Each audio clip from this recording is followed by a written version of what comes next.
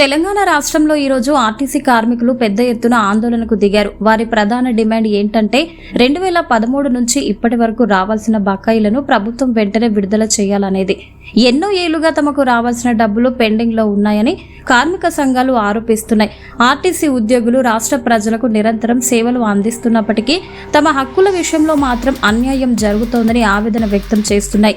2013 నుంచి పెండింగ్ లో ఉన్న వేతన బకాయిలు, ఇతర ఆర్థిక ప్రయోజనాలను వెంటనే చెల్లించాలని వారు డిమాండ్ చేస్తున్నారు.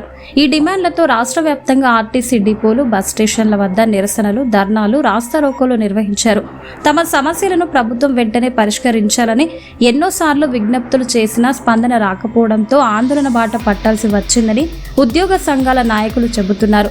అయితే ప్రభుత్వం ఏ అంశంపై ఎలా స్పందిస్తుంది, బకాయిల చెల్లింపుపై ఎలాంటి నిర్ణయం తీసుకుంటుంది అనే దానిపై ఇప్పుడు రాష్ట్ర వ్యాప్తంగా ఆసక్తి నెలకొంది.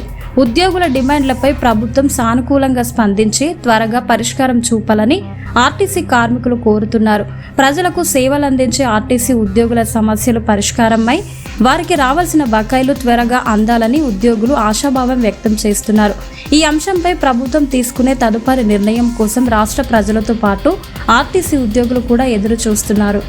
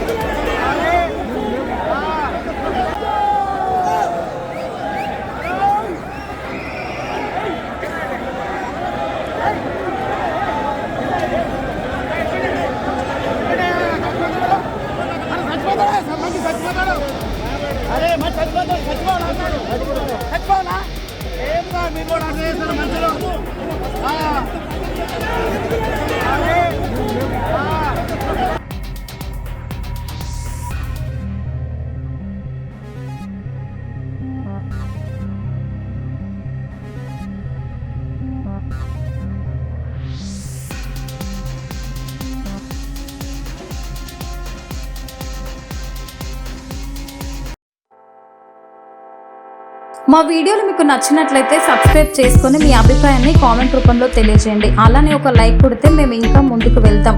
అందరికీ మరొకసారి శనార్థులు.